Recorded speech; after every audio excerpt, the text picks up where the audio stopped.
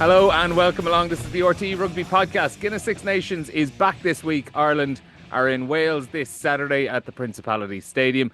And the big news is that Caelan Doris is unavailable. He picked up a knee injury in the recent win against Scotland 10 days ago. Ronan Kelleher also misses out, as does Tadhg Furlong, yet to feature in the tournament. So there will be two changes for Simon Easterby's side this week. And I'm joined by Bernard Jackman and Jonny Holland.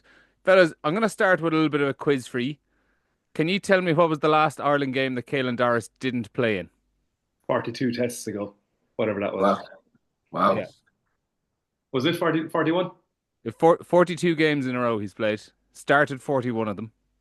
When was it, Neil? When was it? It was in 2021. Wow. It's That's insane. incredible. Yeah, because the amount of work he does as well, like the battering he takes and hands out, it's insane. And his consistency, it's ridiculous. I can tell you as well, he played the full 80 in all but 9 of those 42 matches. And then he goes back to Leinster a lot as well. Am I wrong there? That's by my eye now. But like when he plays with Leinster, he's playing a lot as well. He doesn't seem to take as many rests as others. He's a lot of miles on the clock, doesn't he? No. But so the last game he didn't play for Ireland, England, final game of the 2021 Six Nations. So if you actually think about it, that was the last game before what would have been the last Lions tour. He's fallen 3 games shy of playing every single game of a 4-year Lions cycle. To give you an illustration of how different the Ireland team is from that day. Here's some of the names there. Like you've the back line, Hugo Keenan full back. On the wings were Keith Earls and Jacob Stockdale. James Lowe was out of the Ireland team at this stage. He'd been dropped. James Lowe was a dropped player this long ago. Robbie Henshaw and Bundyaki in the centres. Johnny Sexton and Conor Murray at the halfbacks. Front row, Dave Kilcoyne, Rob Herring, Tadhg Furlong, Ian Henderson, Tadhg Byrne, CJ Stander. CJ Stander's last game for Ireland was that day. Josh van der Fleer and Jack Conan. Among the replacements, bizarrely as well, two players weren't used off the bench. One of them was Jamison Gibson Park. Oh. Imagine an Ireland team that didn't need to use Jamison Gibson Park at all and could just leave him on the bench. It was this long ago. So, in fairness, when you do wonder, even thinking about someone like Gavin Coombs and Nick Timney coming into the Ireland squad this week, and you're wondering, God, those two fellas really could and should have had a lot more Ireland caps. Well, 42 games in a row for Caelan Doris probably has eaten up a good few of caps for them. It is a remarkable record, and probably does focus the minds, Jonny, for what Ireland have this weekend. Yeah, the idea of not letting anyone into your jersey, he took it way too far, didn't he?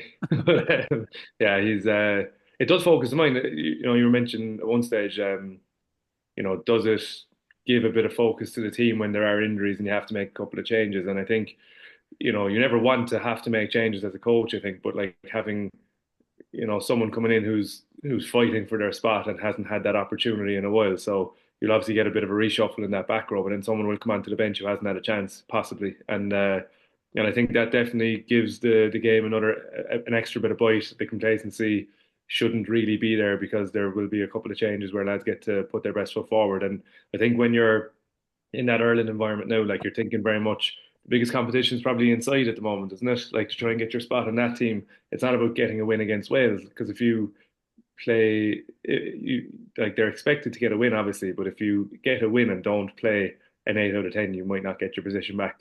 So I definitely think the lack of complacency will be because of the competition within the squad.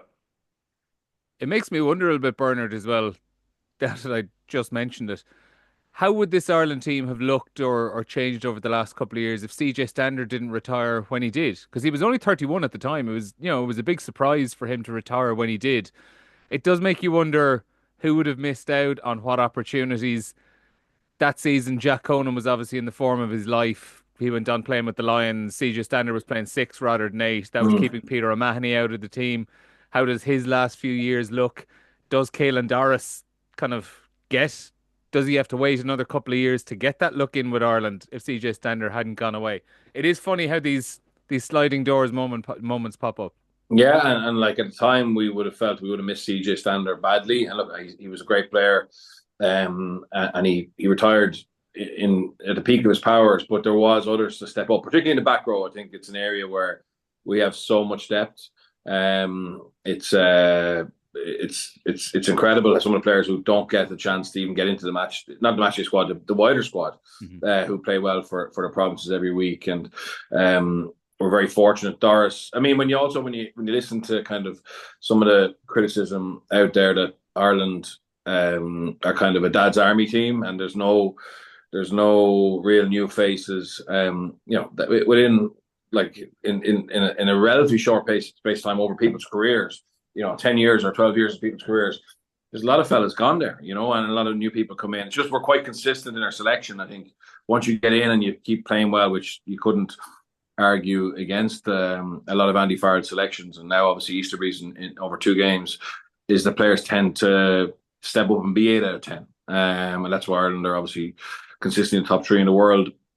But for this week, where does it leave us? Obviously, you couldn't have a better like for like than Conan. Obviously, he's not like for like in terms of how they play, but in terms of a player who's played a lot at 8, who's in unbelievable form, proven at test level, British and Irish Lions test starter. So that's not a problem. It's what changes are made, in around that. But obviously McCarthy hopefully being back fit for selection, and then obviously we know that Furlong is ruled out, and Keller has a knock as well, which is it's pity because he's been in good form. So there's going to be some fresh voices in this matchday 23. You would think there was probably going to be anyway, just by nature of being a middle game and to reward some bench players. But it'll be an interesting selection when we hear about it tomorrow.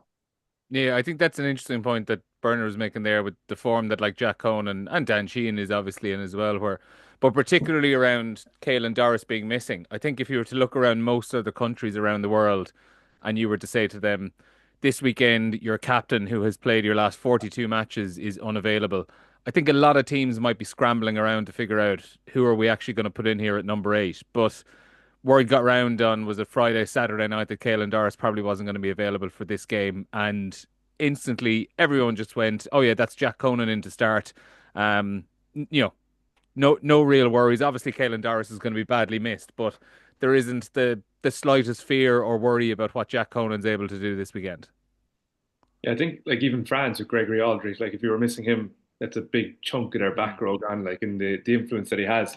And I think Caelan Doris and him are very similar in how they impact the game of their national team, But if you were Wales and you're in the position you're in, I know there's a change and it might be a bit of a bounce with that, but realistically, how much bounce can you get and how much prep can you do within a week? I'm sure he's going to that in a minute, but if you're going, oh thank God, Caelan Doris is out, and then you go, well, Jack Conan, who was beating the door down for a start anyway, he just gets a start, and then they have plenty of others to fill that 6 role, like with Joe McCarthy coming back. Does Ty Byrne go to 6? Does Pete stay at 6? Will Ryan Baird get another chance at 6? Will Nick Timoney, Gavin Coombs, will they come onto the bench? There's so much options there that it just doesn't get any easier for Wales. Well, speaking of Nick Timoney, Gavin Coombs, and what happens with the bench, that is something I've been thinking about this week. And I was wondering about it as well during the Autumn Nation series, where when Jack Conan Bernard obviously wasn't available, and Ireland would have been starting Doris at number 8 and going with a replacement forwards pack of maybe like Ian Henderson or Ryan Baird or Cormac Izuchukwu. There was no standout number 8 there was no backup number 8, kind of like recognized number 8 in there. Is that something you think Ireland look at this week, where if, for example, we're saying starting back row probably Peter O'Mahony, Jack Conan and Josh van der Flier, then you're looking at the bench. It could be maybe Joe McCarthy / James Ryan, whichever one of them maybe doesn't start in a second row. Ryan Baird also in contention there. But is it possible that one of those doesn't start and you put in a Cian Prendergast or a Nick Timoney or a Gavin Coombs? Because I am wondering if, for argument's sake, Jack Conan pulls up with a hamstring 5 minutes into the match on Saturday, who is packing down at number 8? Yeah, it's a tricky one, because do you stay loyal now to Pete? Do you go, look at Pete starts again, as you said, that back row you mentioned, Pete, Jack, Josh van der Flier, or do you put Ty back to 6 and give Joe a start, with alongside James Ryan, and then what does your bench look like, or do you, or is it is it Ryan Baird and Joe McCarthy on the bench with Burns starting in the second row, and not bringing in a Coombs or a Timney or a Prendergast. Like, you bring him into the wider squad, but you kind of keep your match day 23. And then if you're doing that, we'll say, is it a case of you're saying to maybe a Ryan Baird or someone, look, if needs must, you're going to be just Yes. slotting in there at the back of the scrum?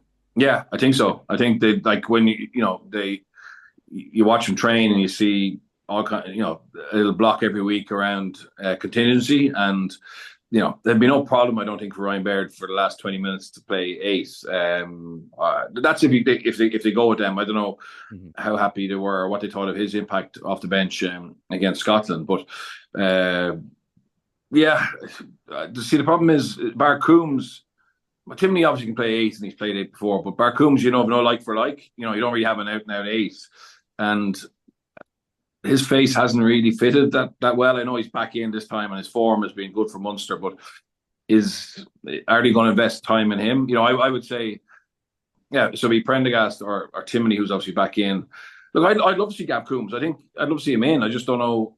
I don't know how much do the Irish squad believe that in time he'll replace a Doris. But in fairness to him, all he's done for Munster is get his head down and just play well and play consistently. So I would love to see it. It'd be brilliant. But my gut tells me they might be a little bit more conservative and just move around some of those players that we've seen, do great jobs for Ireland. So, the Bairds, the Joe McCarthy's, etc., kind of staying in the match day 23. Joe obviously hasn't been in it because he's been injured, but him coming back in and actually getting back in there ahead of maybe trying to get a special number 8 on the bench. That was kind of how I thought he might cut it up. Yeah, and Jonny, I think even if from Gavin Coombs' point of view, even if he isn't involved in a matchday squad this week, it's a big week for him to just be back in that building. Because it was interesting. There was obviously a bit of a scramble maybe late Saturday night or early Sunday morning when they were figuring out the extent of Caelan Doris's injury. I was down in Thomond Park covering Munster in the Scarlets on Saturday evening, and we asked Ian Costello after the match, Gavin Coombs had a great game this week. I'm sure he'll be hoping to be involved with the Ireland days. Now, from what I gather, those who were involved with the Ireland days had kind of found out a couple of days before the squad was announced, and Costello basically said that it's a huge opportunity for Gavin going in with the Ireland days this week. So obviously there was a bit of a scramble. He gets the call then, no, you're going up to the senior team. Now there is still a possibility, and Mike Prendergast and Andrew Goodman said it yesterday, that by the time Simon Easterby selects his squad tomorrow 9 a.m. it's going to be announced.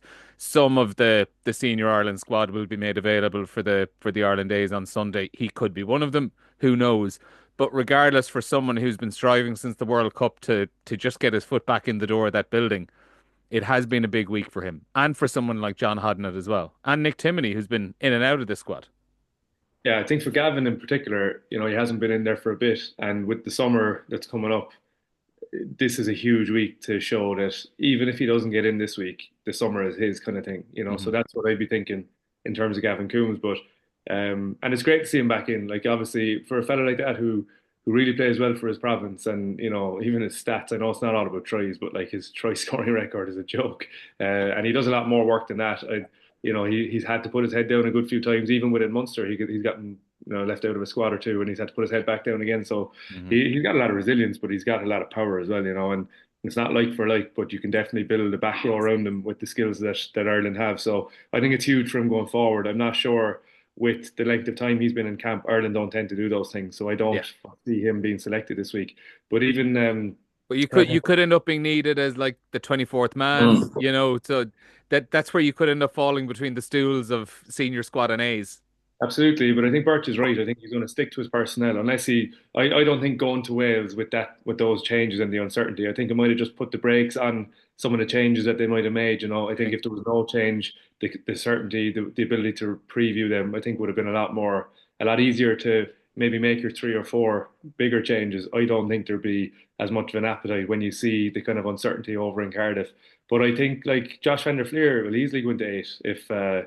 It's very different setting out your team to know who's going to cover what. If there's a crisis, it's Josh Van der Fleurman into hooker, like, so, or throwing the ball anyway. So, he's well able to adapt, and like, it's not beyond him. He's definitely played at 8, hasn't he? So just picking the ball off the scrum, and he's a good ball carrier and everything else. So that could be the change. You keep Ryan Baird at like 6 or 7, So they definitely have loads of options, but again, you can't. I can't. Well, Birch might have more info, but I definitely don't know what they're doing in training in terms of people swapping around. And but the pool of players, I don't think will be massively different. I think he'd have to set out a stall in terms of, like, I think Cian Prendergast would be a great fella. I think Cian Prendergast or Nick Timoney would both get on the bench ahead of Gavin Coombs quite easily because of, Prendergast has played 8 with Connacht. He covers 6 very well. He's been in that squad a long time. Timoney's the one that has been probably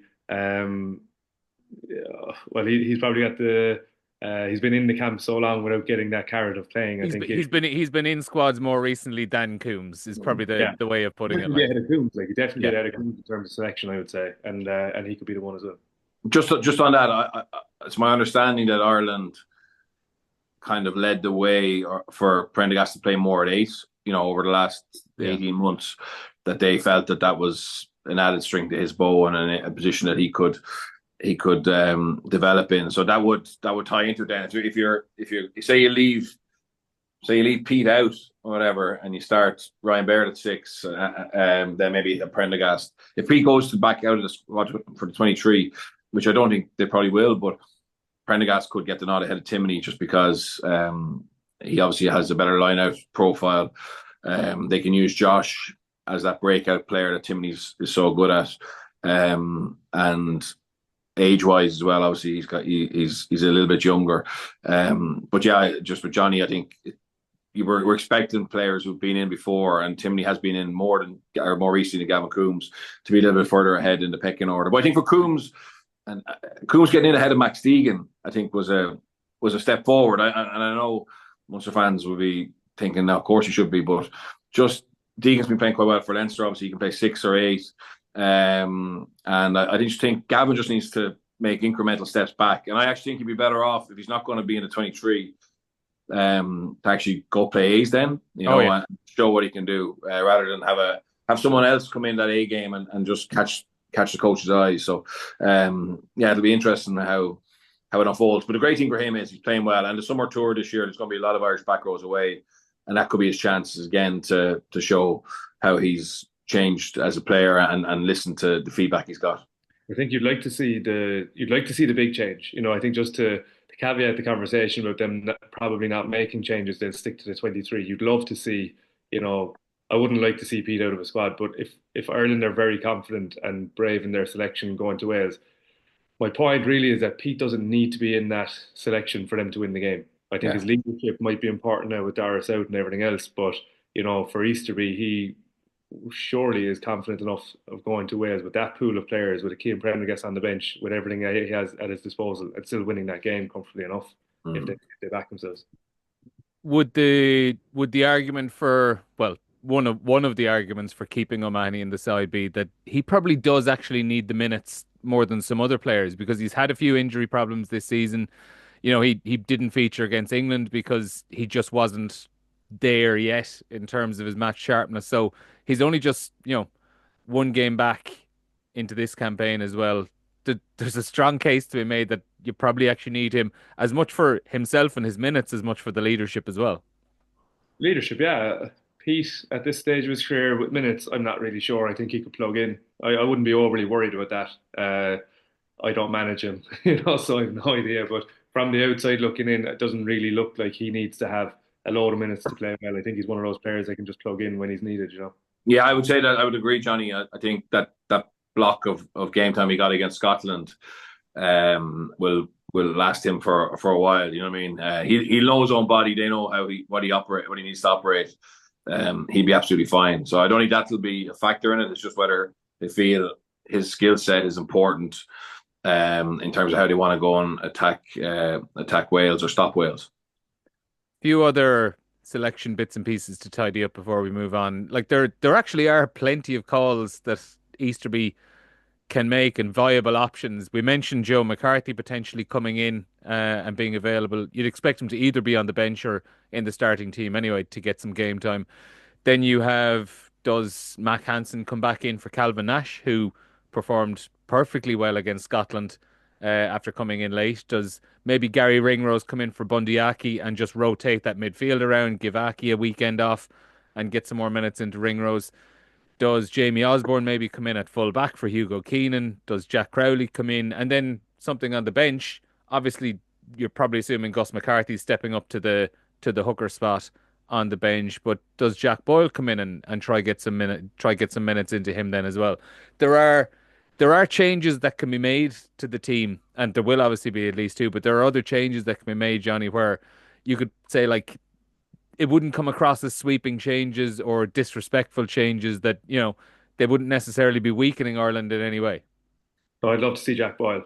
I think that's a huge one. I think the selection, like without being arrogant about it, Simon Easterby will be looking at what's his best team to play against France. And like Mhm. if he thinks that Mac Hansen's ceiling is higher or his ability at the moment is higher than Calvin Nash, like Calvin will play against both teams and play well. But if he thinks that his selection ideally is Mac Hansen in better form, then I think you'd see Mac Hansen this weekend. So I think there'll be a little bit of two-game planning within this one. I don't think it's going to be well, we all know it's not going to be a flat out selection for Wales, but I think it's a two-gamer.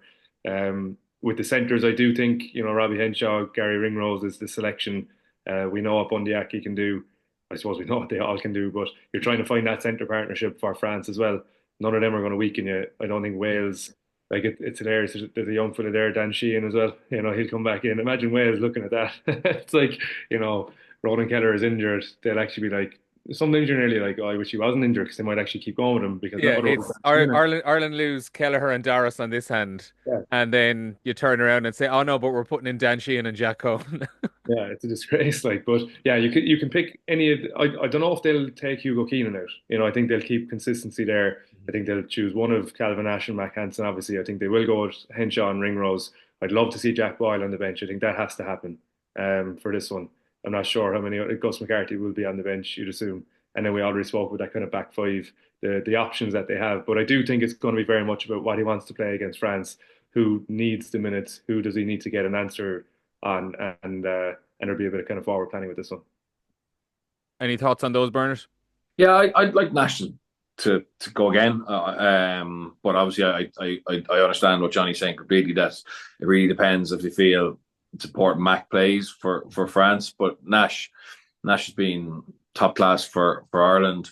I think Jack will come on the bench. I think it's really important we do that. Boyle. Even if Jack Boyle, Jack sorry, Boyle, yeah, Jack Boyle. I think he'll come onto the bench and you'll have a front row bench of Jack Boyle, Gus McCarthy, Thomas Clarkson. Which three young, exciting players. Gus and Tom Clarkson have already tasted international rugby and have done well. Jack will be just on cloud nine after last weekend against the Ospreys. Getting decent game time, be part of a good scrum. Let's scrum against a good Ospreys scrum, and we have to just look at that. Cian Healy, I think, will come back onto the bench if he misses out this week for France. And maybe Italy, but it's just a great opportunity to have a look at Jack. I'd love to see the halfback swap, and I know we're getting in. If you do that, you're into quite a few changes. But I think Jack Crowley and Conor Murray starting with Prendergast and Gibson Park finishing isn't a weakness either. I think both of them could do a cracking job.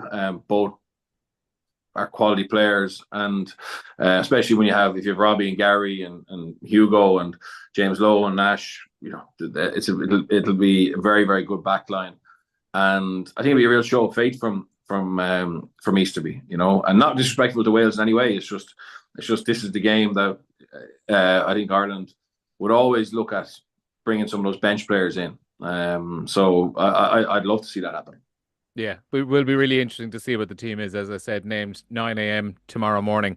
On the contest itself, so it's a funny one. Like, I personally, and I'd say a lot of people would agree as well, I don't think Wales are good enough to win this weekend, but I do think with the changes they're making, we're assuming like Gareth Anscombe coming in, actually playing an out half at out half, Max Llewellyn probably in the centre as well, maybe a bit more feel good factor about them. The likelihood they might chuck the ball around and throw caution to the wind, swing for the fences, whatever, a little bit more. Well, I don't think they're good enough to win. I think they've more than enough potential to give Ireland a bloody nose at times and sow a few seeds of doubt into them ahead of the France game.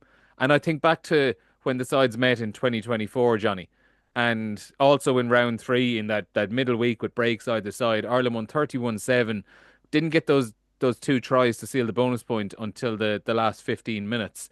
And discipline fell apart in the middle third of the game. It was a sloppy overall performance. And I think with the benefit of hindsight now, you look back and see they weren't really sharp in that game and they were so slow off the mark 2 weeks later against England as well.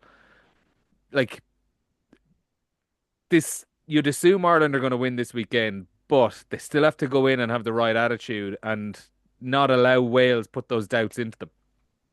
Yeah, I don't think they're going to come out of the blocks and just finish the game like in the first half by any means. Like this is international rugby as well, so I think with the pride that Wales have at home, the changes that they'll make, the bounce that they might get from that. Like the only thing about the bounce, I would say, the bounce will give you a load of kind of mental energy, I would say, but it might not give you the level of detail that you need, in a week of trying to change things. You can't change too much, but you change certain things, and then will people be on different scripts? Like, so they might have a little bit of an issue with some of the details around things, but the mental energy will cover that over. Like, you get a lot of motivation, and it takes a while for that to dissipate. So I think with being at home, with the reaction, with the changes, with the crowd getting with them, I do think they're going to be very sticky. Like, I don't foresee it being very easy, and I would say that it'll be very similar to that. Like I think the final quarter is when teams really separate themselves, especially when there is a gulf in quality. I would say, like there clearly is. That's being objective. And but I do think with Gareth Anscombe coming back in, like having a general back at 10, a fellow who hasn't been involved in the shitstorm, so to speak, like he'll just come back in fresh and not too fresh. I know he's been involved, but like he hasn't been around that. So I don't think they'll be. I think they'll change their front row quite a bit. Like Nicky Smith causes awful trouble in the scrum. He's been Um, really good. Yeah.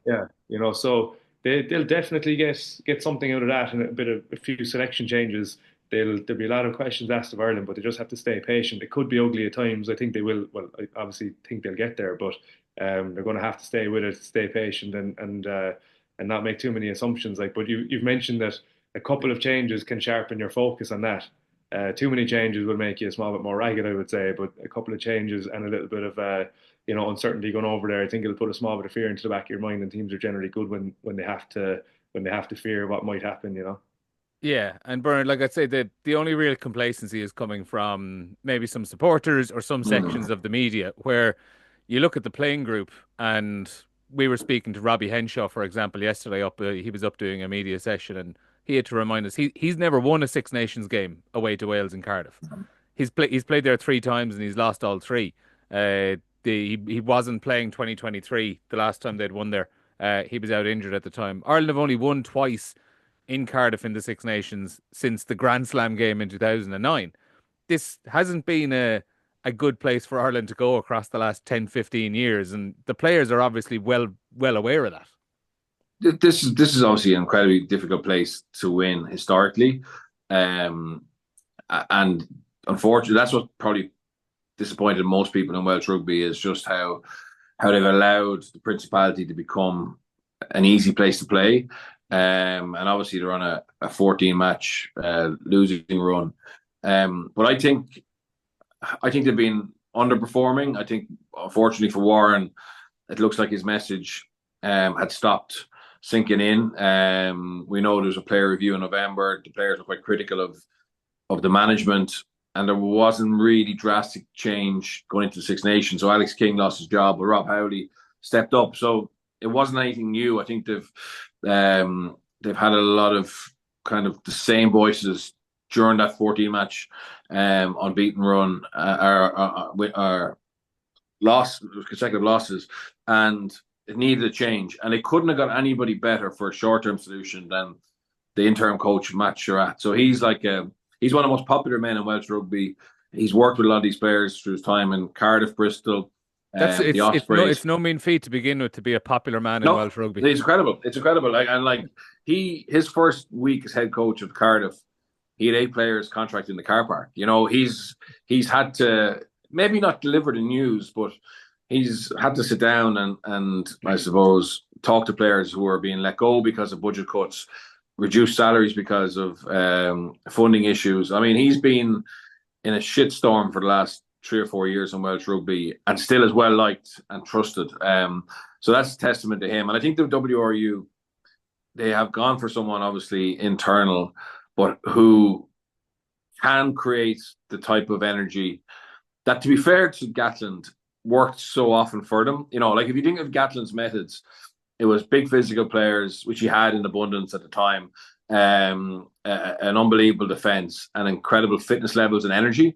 I think they've still pushed hard on the fitness levels, but Gatland would say that, you know, he saw at the World Cup how they could get better improvements by being in camp for a long time, but at regional level, he hasn't been able to have that influence. So that's probably has dropped off a little bit. But what Matt Sherratt will do is they'll have real clarity in how they want to play. Like, he won't overcomplicate it. His Cardiff teams generally, nearly on average, score one try a game from a set piece launch or a power play. So he's very good at finding a weakness in the opposition. They play fast. There'll be quick taps. He'll generally have a couple of trick plays around the line out just to get him on the front foot. And they're little things that he can probably implement quite quickly, you know, with lots of walkthrough sessions. Apparently, they've been doing a lot of that this week. A lot of clarity sessions, a lot of walkthroughs, very simple messages, and 3 things we need to do to beat Ireland.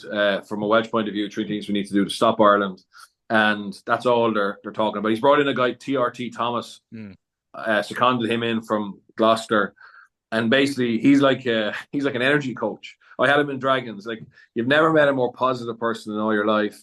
As honest as his day is long, and they work together in Cardiff. And effectively, he's come in as skills coach, but you won't improve a player's skill set in a week or in a Six Nations dramatically. But you can improve the atmosphere around a camp. I spoke to someone who's in camp, and they said bringing back in the likes of Max Llewellyn, Chicken Anscombe, Jared Evans, and a few other new faces has just given everyone a bit of a lift. He'll probably go with.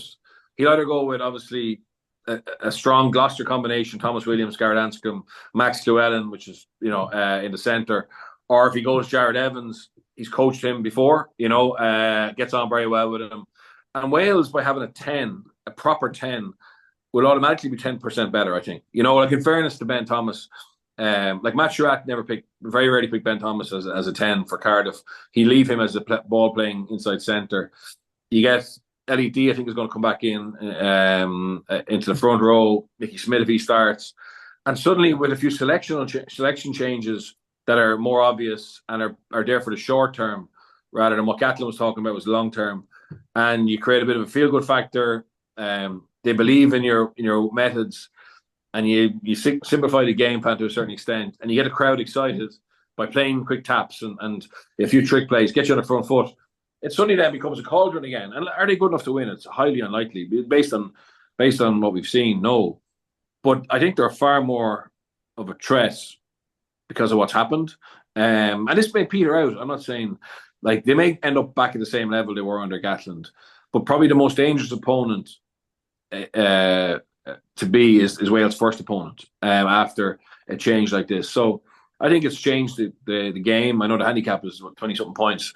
And we may end up there, but I don't know. I don't think it's going to be as tepid a performance as we saw in Italy from Wales or in France from Wales this year, where they just looked totally down on self-belief and confidence. Yeah, and Jonny, I think that last point is the important part for what I seem to be reading and hearing out of Wales over the last week or 10 days, is that if they do lose to Ireland, it's not the end of the world, but they kind of want to lose. They want to go down swinging, ultimately. They don't want to go down limply as they did against Italy, or barely even landing a glove on France in the opening round. Like, I think most of the Welsh rugby public are fairly self-aware of where the sport is in their country at the moment, and they know they're not up among the best in the world anymore, but they are probably at a better level on paper than they should be higher than they are at the moment, if you get my drift. Yeah, absolutely. And I think, you know, I'm not sure who in Wales would say we'll definitely win this. There's going to be people that will say there's a bit of hope there with some Yeah. change, but I don't think anyone in their right mind would say we'll definitely win it. So in that case, you know, you'd like to lose if you're going to lose in the right way. and show that there is something changing going forward, and then bring a bit of hope back into their last two fixtures. So absolutely, like there should be a different energy, and that's why I say the crowd will get behind them, because if they feel that from the start, and obviously selection, there can be different changes that will give them hope that things have changed. And I think that that'll be a massive buzz around Cardiff at the weekend. So. But I do think, just to go back, it's a very interesting thing. Gatland, Bert, you kind of said it there, that Gatland went for this transition to other players. Like, he obviously just jumped the gun. I don't know what the idea was around not kind of having this hybrid selection to bring people in. Like, we talk about it a lot that Ireland don't do it, and there's a criticism around Ireland because they don't just blood new players all in one go. But here is the case study why you don't do it. Like, so there's a reason why Ireland goes slowly, too slowly for some people, obviously, but we're at a certain level that we can, we expect to win every week, and that is the case study why you do it. You don't just blood like Ben Thomas at 10 in France, for no reason at all when he hasn't played there. Just look how it works out, So you put them in amongst a strong selection and you develop them that way with a bit of care, like, and I think that just should resonate with us when we think about, what Ireland could pick this weekend and what they should pick are two very different things, because we need continuity and we need to protect the players' performance and see what they're actually like amongst a strong squad. Well, yeah, I think, Jonny, I think Gatland was always a fairly decent selector, and he picked players who could play his system. I'd say, and he's wrote a column in the Telegraph today now, and he's kind of he tries to explain his reasoning behind it, but I think that'll be the one that'll irk him for the rest of his career. Is just, and in fairness to Ben Thomas, it's like the Welsh 10 jersey is a kind of a mythical jersey. I mean, the players of the past, I know our own is quite important or whatever, but to ask a youngster to go into a team who've lost 12 in a row and to go to Paris, and you have all this negativity around a review from November, a very tough November results-wise, I said 12 in a row, and you're going to Paris and you're not playing 10 for your club. It's a horrible. It's nearly doing a service to the player, isn't it? And like you'd like to be able to put them into an environment where they've got loads of confidence around them, loads of stability of the structure, and they're playing a similar type of brand that they play with their club. Like Prendergast, it was easy for Prendergast to slip into Ireland in November, you could argue, because so many Leicester players around him, he's confident, etc. But if you don't have that environment, maybe you're better off not letting them play that early. Wait till there's an opportunity to blood them differently. And I think Wales has said, it's going back full circle, whether it's Jared Evans or whether it's Garrett Anscombe, they straight away will be better. And that's obviously something that Simon Easterby will be very well aware of. And that's why I think this game is more interesting now than it was, last week after the Italy loss, when Gatland looked like he was still going to finish out of Six Nations. So that's 2:15 kickoff on Saturday afternoon, Wales against Ireland at Principality Stadium in Cardiff. Live commentary on RTÉ Radio 1. Ireland-A's, I might touch on that briefly as well. They're playing Sunday against England-A at Ashton Gate in Bristol. So many opportunities and so many enjoyable narratives to look around at this game, because with the Lions tour in the summer, we're obviously expecting a healthy Irish contingent to be going away on that. There's an enormous opportunity for players in this Ireland A squad at the weekend who have a limited enough, probably provincial experience, to get an opportunity to earn a senior cap for Ireland this summer. Interesting as well to see who drops down from the senior squad. Obviously, as we mentioned, Coombs, Hodnett, Timoney, Diarmuid Mangan as well, who we haven't spoken about, and we might touch on him now as well, along with Stuart McCluskey and Jacob Stockdale, all went into the senior squad as well. A question to maybe tee us up on this topic from James Broderick on X this morning.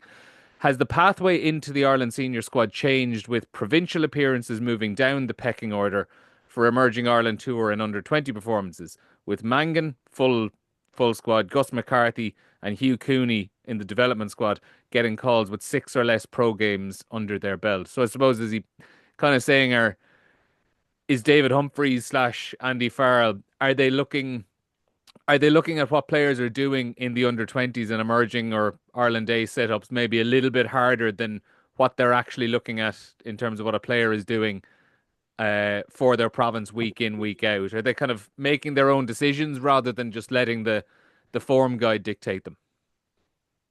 You're probably thinking of, like, I'm just thinking on the spot there now when you're saying that. Like, you pick Munster players from what might happen in the IL, but you pick your academy players. You don't pick the best of the IL players, you know. So, like, is it something kind of similar to that? Because I think it's a great question, and I think there's a definite shift because they're looking at ceilings and who can play their system, and there's time spent playing their system ish at under 20 level, definitely at A and emerging Ireland level, and there's been a very clear objective around that, you know. So I think it's the pathway that they're being very clear on, the ceilings of players, the potential of players, and who they might like to develop into their senior squad going forward. So I think it's definitely happening. I don't think you can question that, can you?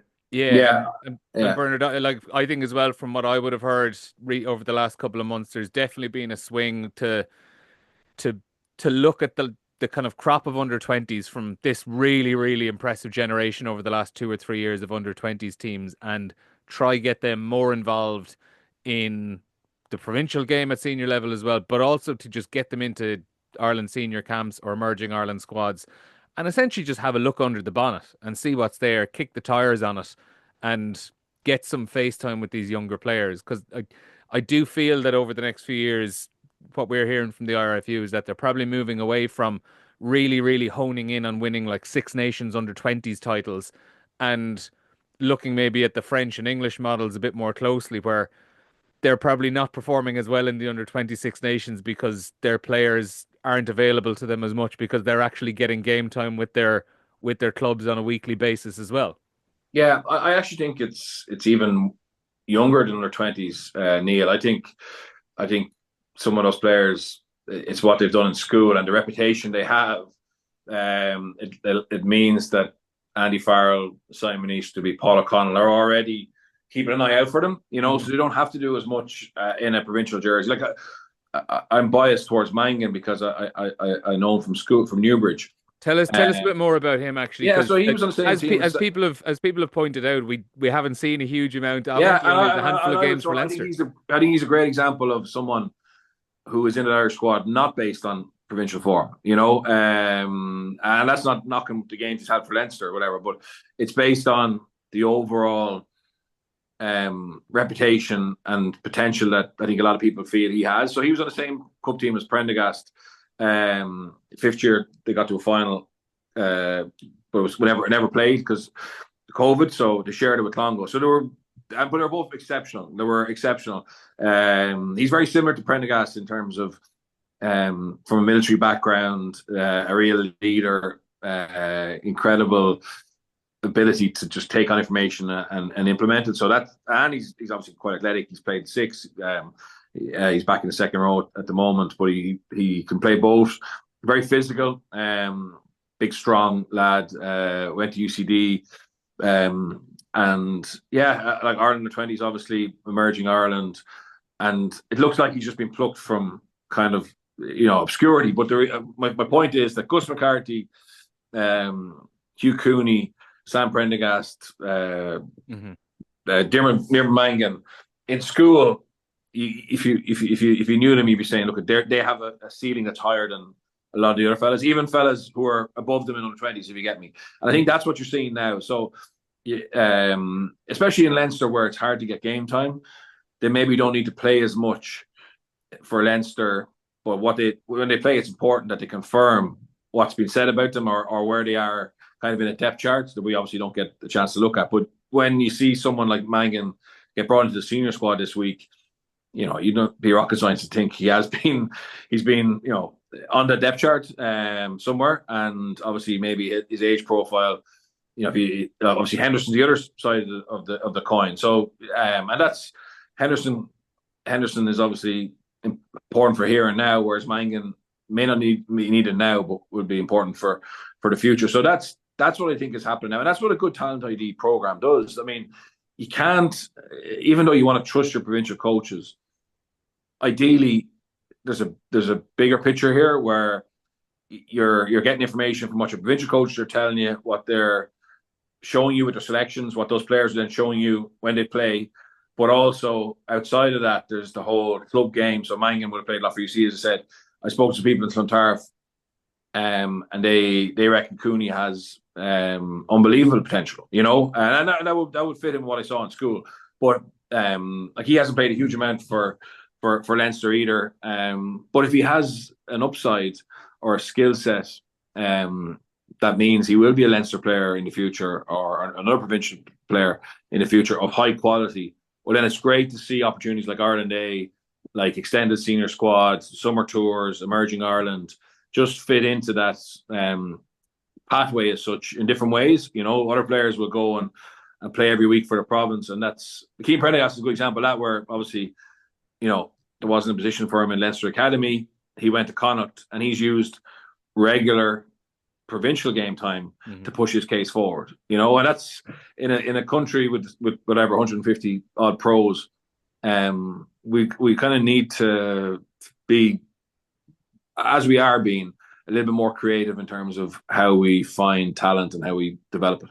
Yeah, young Ian Henderson actually I think is a good comp for Diarmuid Mangan. Would you've crossed paths with him much through Corkon UCD, Jonny? And obviously, like you probably have crossed paths with a lot of this under-20s crop over the last few years. I know you've spoken about James McNabney and Jude Postlethwaite, how impressed you've been with them coming through. And as we said, this isn't just a Leinster thing where you've got the likes of Evan O'Connell, who's in an Ireland Day squad this week as well. Brian Gleeson, who's been getting loads of game time at Munster.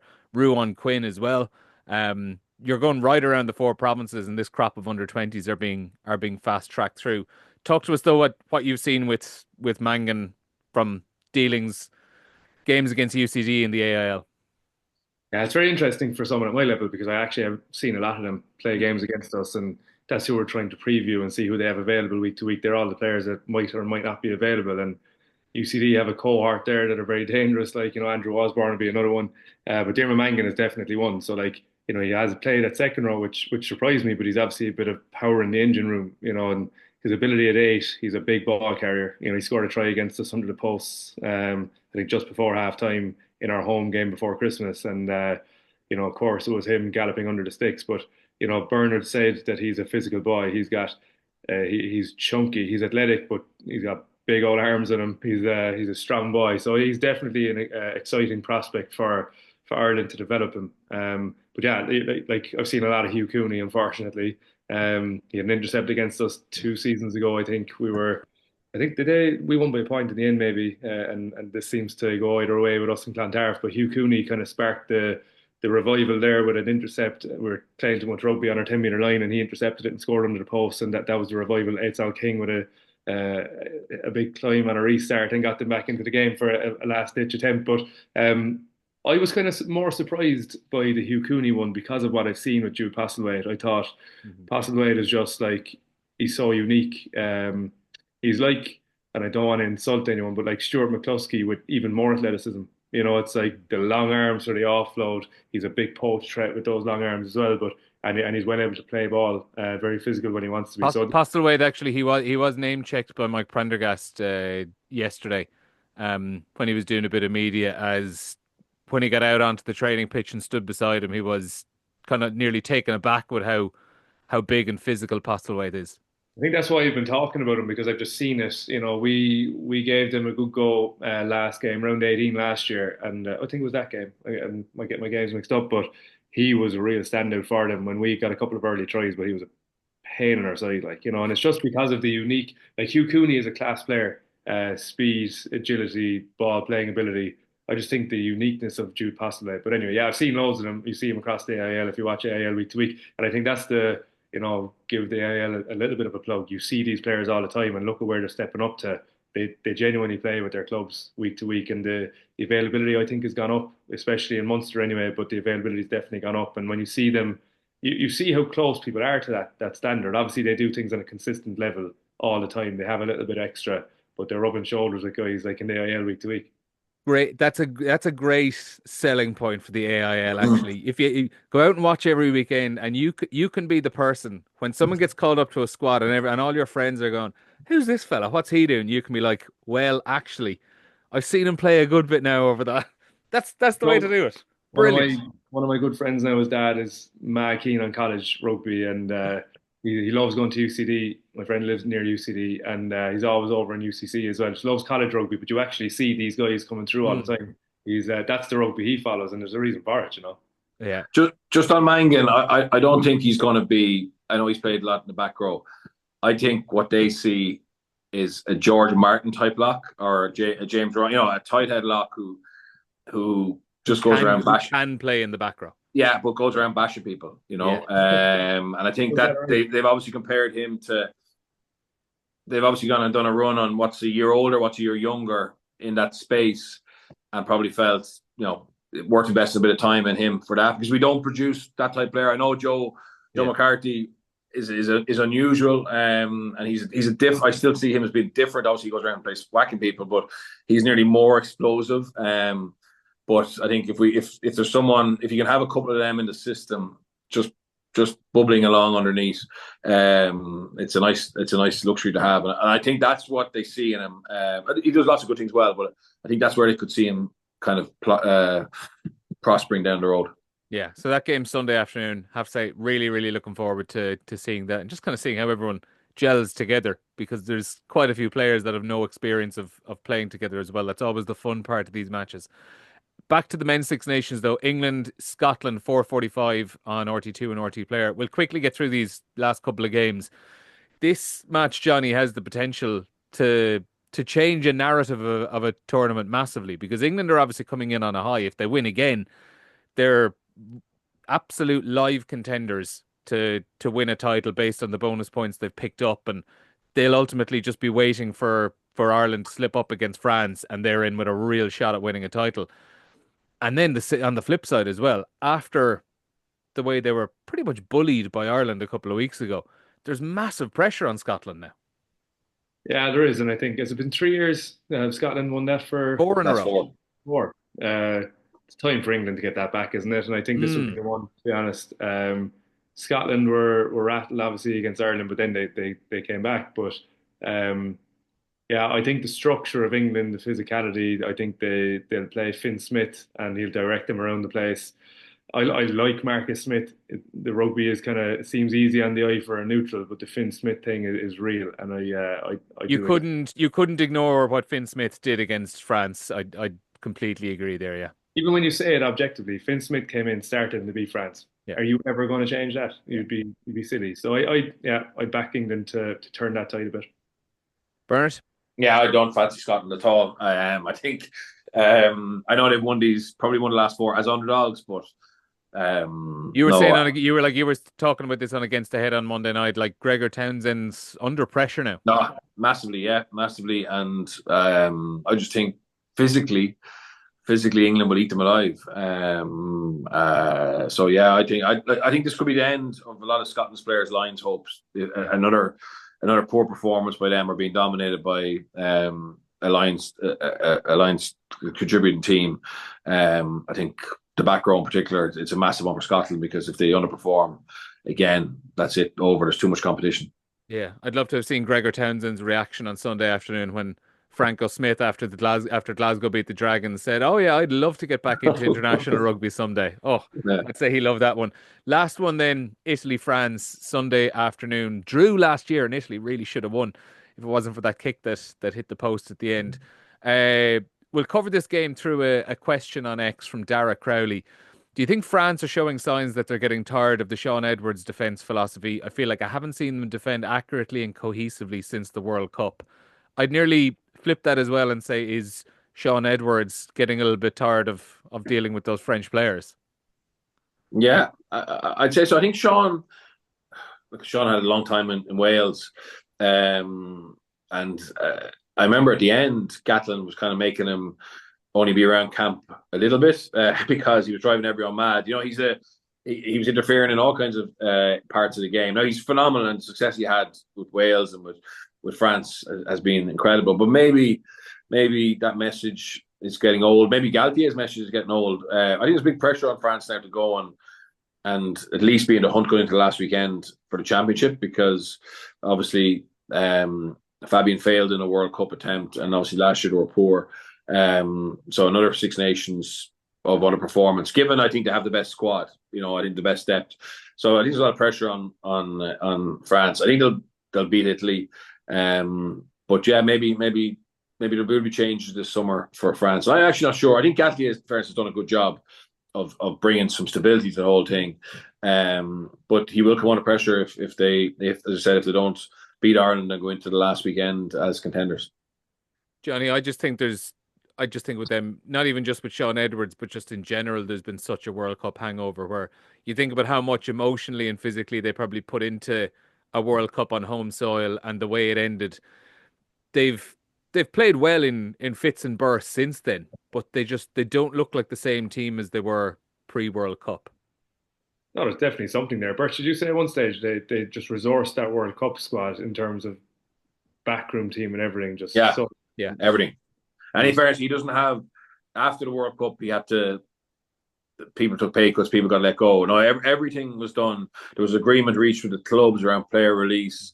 In fairness, for the first time, I think in my memory, the clubs forgot about their own kind of needs and put the country first. And unfortunately, it didn't lead to success.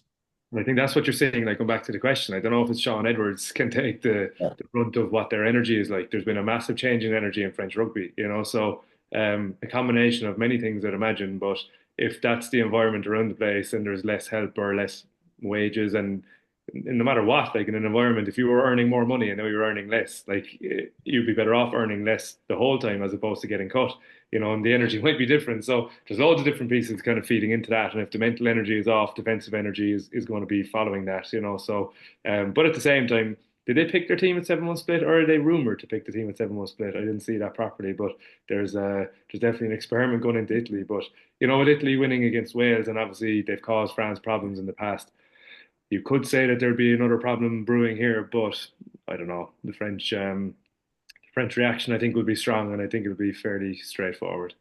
And it'll be even stronger in 2.5 weeks' time in Dublin as well. I said it last week. Like I'm actually feeling I'm perfectly comfortable criticizing France at the moment because I know that they probably will still come to Dublin, and that'll be a day that they're going to be on it. It's just the problem is they're on it and off it on any given day. There's some crack to watch, though. Yeah, absolutely. That is where we'll put a pin on this week's podcast. Thanks a million to Jonny and Bernard. Plenty of rugby coming your way across the RTÉ channels. England and Scotland in the under 26 nations.